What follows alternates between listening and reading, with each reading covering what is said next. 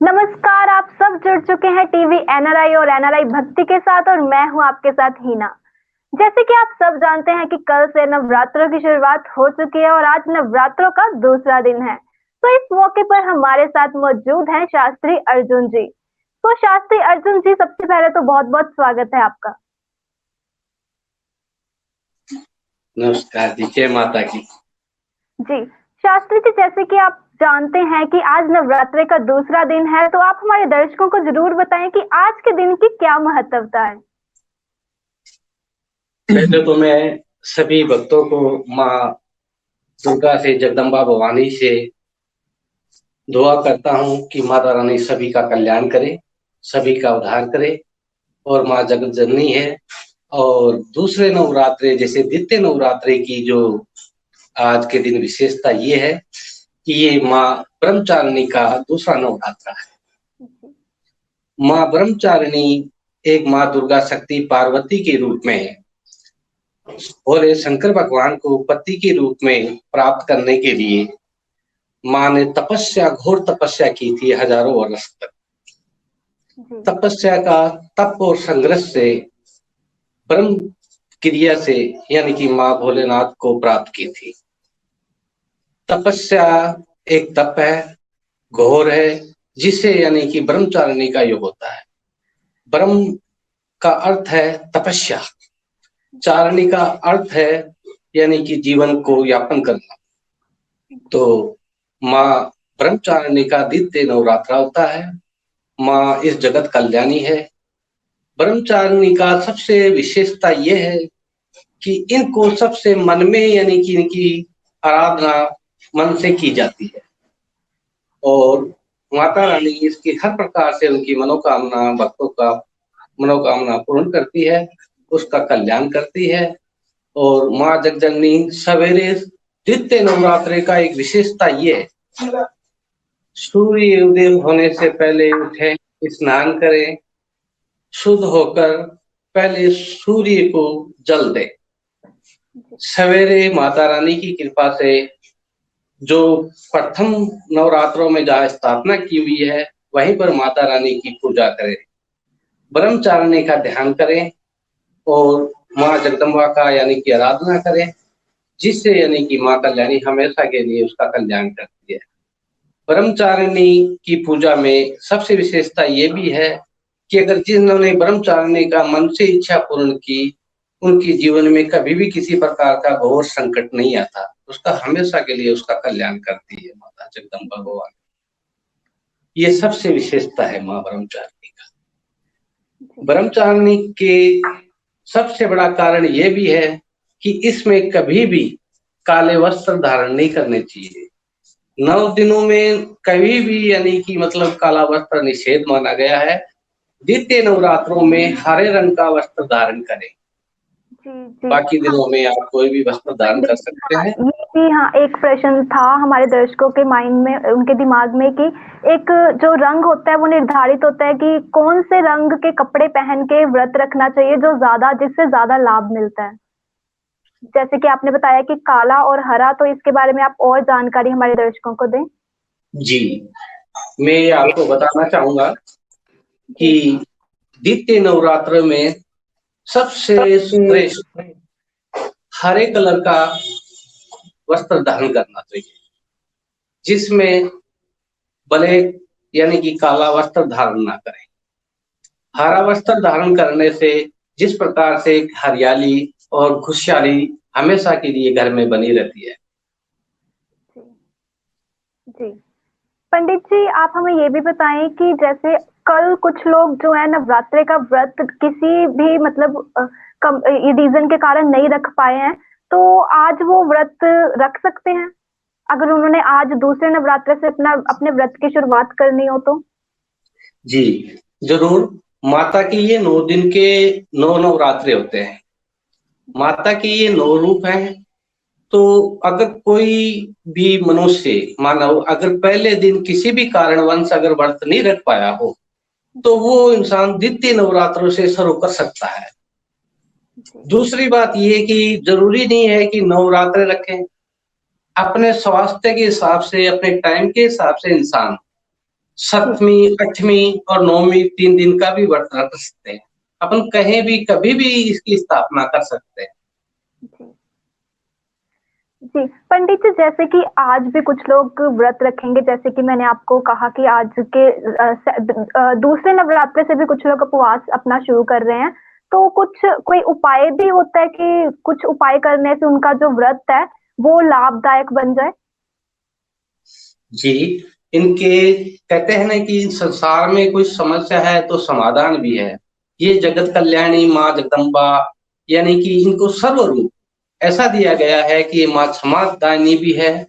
कोई गलती हो जाए तो उसके लिए माता ने यानी कि इनका समाधान भी योग बनती है। माता से प्रार्थना भी की जा सकती है। माता से यानी कि किसी प्रकार से विशेष पूजा पाठ भी की जा सकती है, या माता को मनाने के लिए फूल पुष्प भी चढ़ाए जा सकते हैं। यानी कि माँ एक जगजननी है, क्षमादानी है। यानी कि ये माँ कहते हैं ना कि पूत कपूत हो जाते हैं, माँ को पता नहीं होती। तो ये तो माँ जगत कल्याणी है, तो किसी भी प्रकार से कल्याण कर सकती है अपने भक्तों से। जी जी पंडित जी, जैसे कि नवरात्रों में सभी अपना उपवास रखते हैं तो उन्हें बहुत ज्यादा कंफ्यूजन होती है कि क्या खाएं और क्या ना खाएं। कुछ लोग तो बिल्कुल ही मतलब प्रॉपर ही मीठा का उपयोग करते हैं और कुछ लोग नमक का भी सेवन कर जाते हैं। तो आप बताएं कि क्या क्या हमें जो है उपवास में खाना चाहिए? नवरात्रि में सबसे श्रेष्ठ फायदा ये है कि सबसे पहले तो मैं आपको ये खाने पीने की आपको बात बताता हूँ पहले। जी जी सवेरे यानी कि स्नान दान करके माता रानी की पूजा पाठ करे बगैर कुछ भी खाए पिए नहीं। जी पूजा पाठ करने के बाद में आप कोई भी एक वक्त खाना ले सकते हैं। सवेरे ले सकते हैं या शाम को ले सकते हैं। अगर आप शाम को खाना लेते हैं तो यानी कि सवेरे आप कोई भी फलाहार ले सकते हैं, कोई भी जूस ले सकते हैं, कोई भी किसी भी प्रकार का आप तरल पदार्थ ले सकते हैं। जिस प्रकार से इसमें अगर अन्न ग्रहण नहीं करना है, अन्न ग्रहण एक ही वक्त करना है आपको। जी जी पंडित जी, कुछ लोगों का मतलब बहुत ज्यादा उनमें कंफ्यूजन होती है कि फलाहारी चीजों में क्या क्या आता है। कुछ लोग खीरे और टमाटर का भी सेवन कर लेते हैं, तो आपको क्या लगता है कि इन चीजों का सेवन करना चाहिए उपवास में? फलाहार में जिस प्रकार से फल फ्रूट जो है, जैसे आप सेब ले सकते हैं, केला ले सकते हैं, अनारस ले सकते हैं। फल फ्रूट सभी शुद्ध माने गए हैं, क्योंकि ये तो फल फ्रूट प्रकृति की चीजें हैं। जिस प्रकार से यानी कि मतलब परमात्मा यानी कि हर प्रकार से, जैसे ऋषि मुनि जो थे पहले यानी कि अन्न ग्रहण नहीं किया करते थे, वो जंगलों में अपना फल फ्रूट से ही पेट पालन पोषण किया करते थे। तो फल सबसे श्रेष्ठ माना गया है। जी, तो इसमें खीरे और टमाटर का उपयोग कर सकते हैं? उपवास में सेवन कर सकते हैं खीरे का और टमाटर का? जैसे इसमें किसी भी प्रकार से अपन खीरा है, टमाटर है, सलाद के रूप में जितनी भी चीजें जो आती है, सलाद के रूप में कोई भी चीज अपन ग्रहण कर सकते हैं। जी जी पंडित जी, कुछ लोग अपने घरों में नवरात्रों में अखंड जोत भी जलाते हैं ना, तो इसके पीछे क्या महत्व है?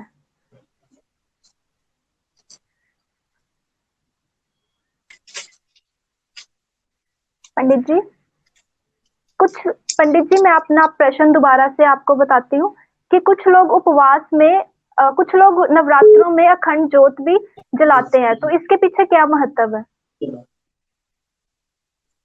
इसमें नवरात्रों में जो अखंड जोत जलते हैं, जिस प्रकार से नवरात्रि में यानी कि जो है अखंड जोत माता की जलती रहती है। जी अगर जैसे सामर्थ्य के अनुसार इंसान, जैसे एक अपन आरती करते हैं तो उस आरती के रूप में भी ले सकते हैं। लेकिन अखंड रूप एक ऐसा रूप है कि माता का 9 दिन तक उसका जो सर्व रूप उसके घर में बना रहता है। हमेशा 1 साल तक उसकी शांति वातावरण यानी कि जो भी घर में नकारात्मक शक्तियां हैं, 9 दिन अखंड ज्योत जलने से सारी नकारात्मक शक्तियां खत्म हो जाती है। घर में शुद्ध वातावरण बन जाता है। कठिन से कठिन संघर्ष और परेशानियों से निकल कर भी इंसान उभर जाता है। अखंड ज्योत का बहुत बड़ा माता का यानी कि महत्व माना गया है। इसकी कोई विधि भी होती है पंडित जी?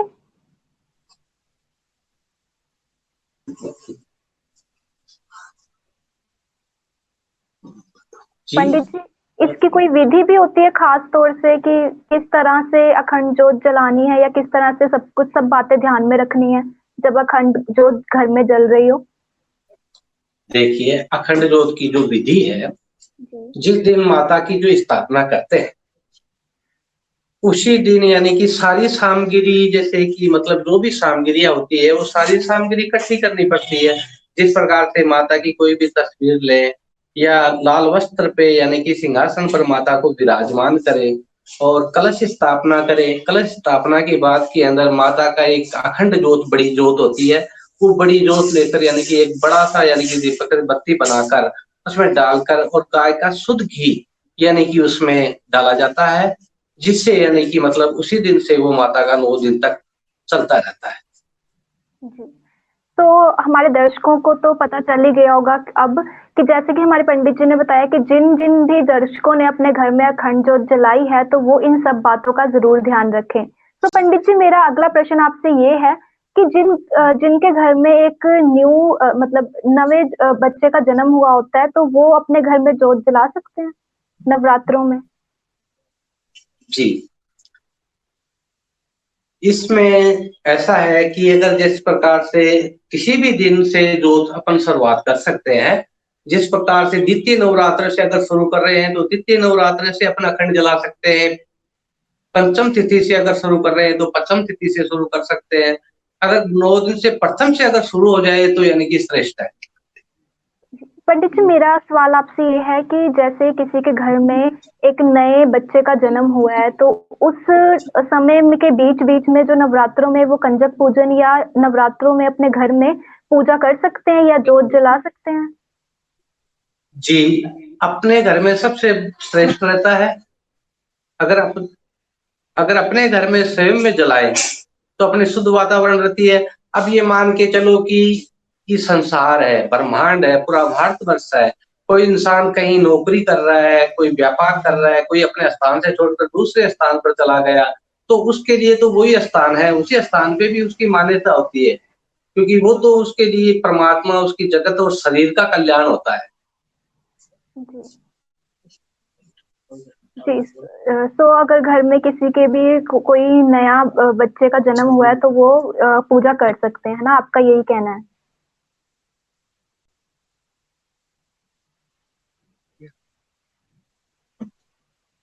जन्म स्थान दूसरी बात, अगर कोई बच्चा जिस प्रकार से अगर घर में बच्चा जन्म ले लिया है। जी। एक मिनट दोबारा करना क्योंकि आवाज को नहीं आ रही सर।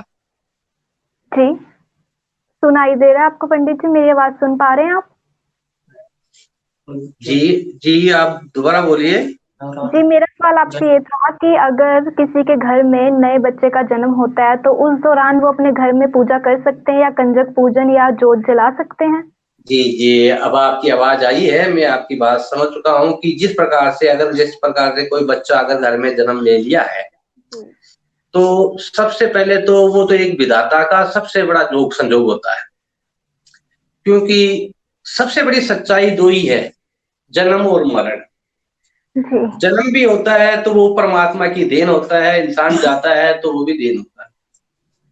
इसमें ये शुभ घड़ी मानी जाती है। अगर कोई बच्चा जन्म ले लिया, अगर एक सपोज करो कि जिस प्रकार से किसी कन्या ने जन्म लिया है घर के अंदर, तो हमारे शास्त्रों की मान्यता है कि जहां कन्या जन्म लेती है तो वह साक्षात देवी का रूप आया उस घर में। तो कई इंसान अपनी अपनी विधि से यानी कि इस चीज को लेते हैं कि सुतक आ गया है। जी। जैसे कि बच्चा घर में ले लिया है तो 3 दिन तक सुतक आ चुका है, जब तक यानी कि वो नारी स्नान नहीं करती है, जब तक वो उसको शुद्ध वातावरण नहीं माना जाता। जी। जी, बिल्कुल। तो उसकी यानी कि जिस कमरे में उसने लिया है तो अपन दूसरे स्थान पर उसका मतलब दूसरे कमरे में या कहीं किसी भी स्थान पर उसकी माता की स्थापना कर सकते हैं। जी। ये खुशी का वक्त होता है बच्चे का जन्म लेने में। माता रानी कभी ये नहीं कहती है कि मतलब कोई जन्म लिया है तो मैं उस घर में नहीं आऊंगी। कई ब्राह्मणों ने, कई संतों ने या कई कई अपनों ने अपना अपना एक योग बना रखा है। मेरी मान्यता है, जब तक मैं आपको ये कहूंगा कि जन्म एक खुशहाली है, जी। यानी कि घर में एक नया जीव आया है जी। और माता को भी आना है, तो ये तो माता की कृपा हुई है तभी एक नया जीव आया है। तो नवरात्रों में अगर कोई जीव आया है तो अगर अपन ये मानते कि अगर नवरात्रे नहीं रखते तो मेरा मानना है कि नवरात्रे रखने चाहिए, क्योंकि ये कई वर्षों तक इंतजार होता है, माता का आगमन होता है, जिसे यानी कि स्वीकार करना चाहिए। जी पंडित जी, जैसे कि नवरात्रों में सभी उपवास रखते हैं, तो उन्हें किन किन बातों का ख्याल रखना चाहिए, किन किन बातें वो ख्याल में रख के अपने व्रत को सफल बना सकते हैं, वो हमारे दर्शकों को जरूर बताएं।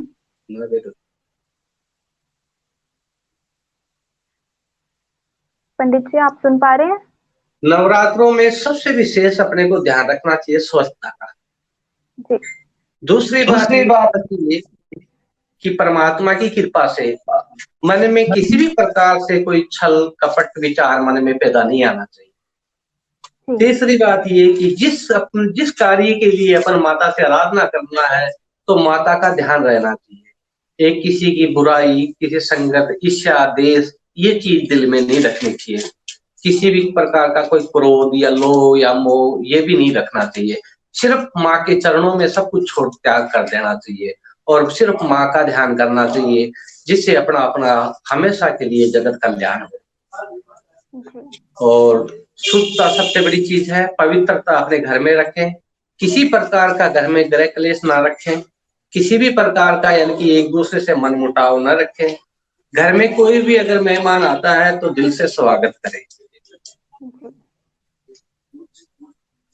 जी पंडित जी, जैसे कि आपने बताया कि आज ब्रह्मचारिणी जी का दिन है, तो उनके पीछे क्या कहानी थी, वो हमारे दर्शकों को जरूर बताएं।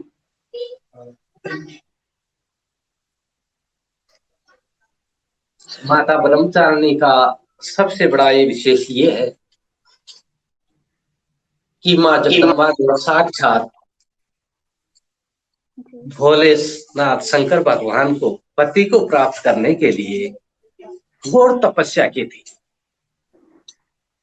जिससे यानी कि मतलब उन्होंने घोर तपस्या करने के लिए यानी कि ब्रह्मचारी का पालन किया था। परमात्मा उस पर प्रसन्न हुए। प्रसन्न होने के बाद में यानी कि वो पति के रूप में प्राप्त हुए। तो यानी कि तपस्या का अर्थ मैंने आपको बताया है, तप करना, ध्यान करना, यानी कि काफी वर्षों तक यानी कि ब्रह्मचारिणी ने, माँ ने, जगदम्बा ने यानी कि तपस्या की थी।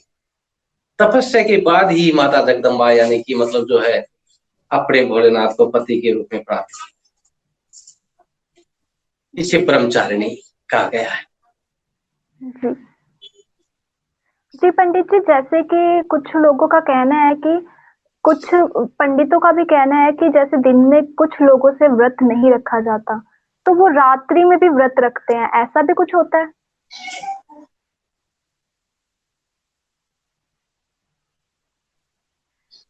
ऐसा है, जैसे आपने कहा कि दिन में व्रत नहीं रख सकते, रात में रख सकते हैं, तो रात्रि होती है। कोई भी जो व्रत है इस ब्रह्मांड में सर्व प्रथम यानी कि सूर्य देव को माना गया है। सूर्य के साक्षी के अंदर अगर कोई भी अपन व्रत, उपवास, हवन, यज्ञ, दान, पुण्य अगर कोई भी करे तो सूर्य की साक्षी में सबसे महत्वपूर्ण माना गया है। और रात्रि के अंदर एक जागरण कहा गया है, यानी कि जिस दिन अपन रात्रि को जागते हैं उसको जागरण कहते हैं। जैसे माता का जागरण करते हैं वो एक जागरण होता है। जिस प्रकार से कई भगत अपनी माँ को मनाने के लिए 9 दिन तक यानी कि बगैर खाए कुछ यानी कि व्रत रखते हैं, यानी कि अन्न त्याग करके फल फ्रूट पर रहते हैं। कोई यानी कि एक वक्त का खाना खाकर और माँ को अपनी आराधना से अपने खुश और प्रसन्न करते हैं। इसमें दिन और रात्रि का कोई अंतर नहीं होता है, सिर्फ यही है कि सूर्य को साक्षी से लेकर और सूर्य अस्त तक यानी कि इसका जो योग होता है। जैसे माँ का सवेरे पूजा पाठ आराधना और संध्या के वक्त यानी कि दोबारा यानी कि उसकी पूजा पाठ होती है, जिसे माँ रात्रि को यानी कि मतलब जो शयन कक्ष दिया जाता है और उनके दरबार पटों बंद हो जाते हैं। जी पंडित जी, जैसे कुछ लोगों ने नवरात्रे रखा होता है और कुछ लोग जो कहते हैं कि नवरात्रों में जब उपवास रखते हैं तो सुई धागे का प्रयोग नहीं करना चाहिए, सोना नहीं चाहिए दिन के समय में, कुछ ऐसा भी होता है? बंद करिए इसको।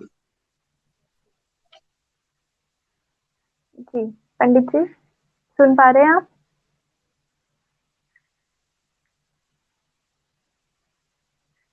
पंडित जी सुन पा रहे हैं आप? उपवास जी जी, रात्रि को उपवास नहीं माना गया है। रात्रि में उपवास जिस प्रकार से, आपका कहने का मतलब ये है कि जो इंसान कोई दिन में उपवास नहीं रख सकता, क्या रात्रि को रख सकता है? तो मैं आपको ये बताना चाहूंगा जी कि उपवास रात्रि का सिर्फ यही है कि उसको रात्रि को शयन कक्ष दिया गया है, इसलिए किसी भी देवी देवता का रात्रि को उपवास नहीं माना गया। जी रात्रि को सिर्फ परमात्मा का ध्यान करके, पूजा पाठ करके, जो भी फलहार लेकर, यानी कि माँ को भी शयन कक्ष दिया जाए और आप भी शयन कक्ष ग्रहण करें। जी पंडित जी, मेरा अगला सवाल आपसे ये है कि कुछ लोग उपवास में कहते हैं कि सुई धागे का प्रयोग नहीं करना चाहिए, दिन के समय में सोना नहीं चाहिए, तो आप हमारे दर्शकों को इस बारे में कुछ बताएं।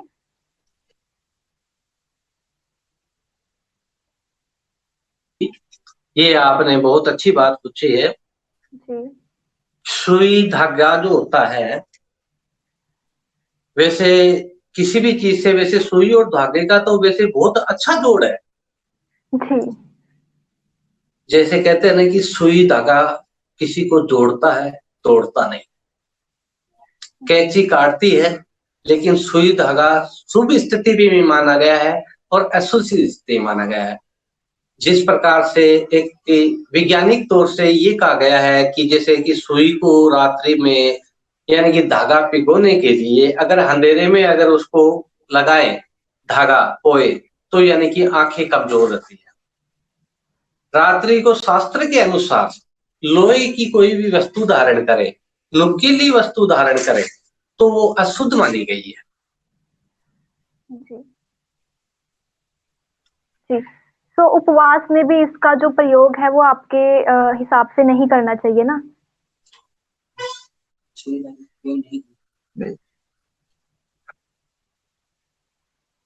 जी, रात्रि को सुई धागा का प्रयोग नहीं करना चाहिए।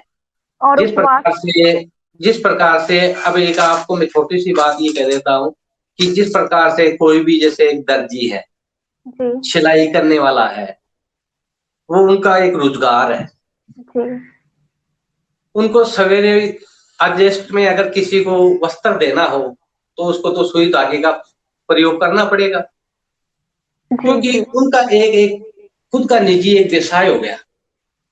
जी वो अपने पेट पालने के लिए उनको अपना क्रियाक्रम उनको करना ही पड़ता है। लेकिन आम स्त्री को, एक आम परिवार को ये चीज का उपयोग नहीं करना चाहिए। जी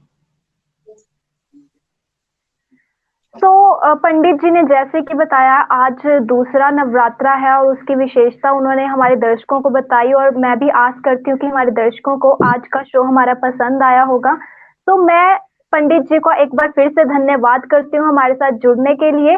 फिर से हाजिर होंगे, नवरात्रों की चर्चा करेंगे। तब तक देखते रहे टीवी एनआरआई और एनआरआई भक्ति।